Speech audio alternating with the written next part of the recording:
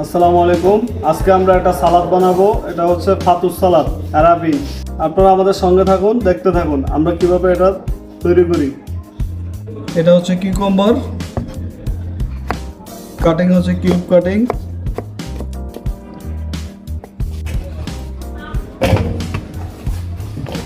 এরপর নেব টমেটো,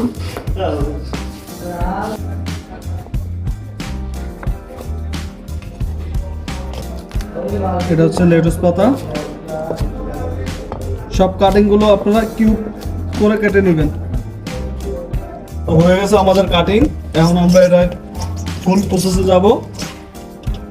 এখানে আমরা দিয়ে দেবো হচ্ছে হালকা সল্ট, পেপার, এটা হচ্ছে সামার পাউডার,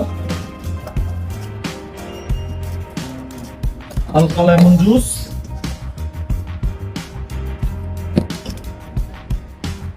অলিভ অয়েল। এখন আমরা এটাকে মিক্স করে নেব। সঙ্গে দেবো আমরা চিপস।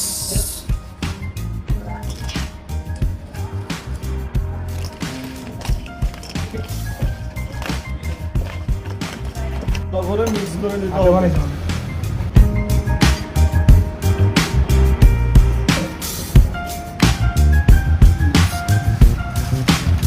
তো রেডি হয়ে গেছে আমাদের ফাতুস সালাদ।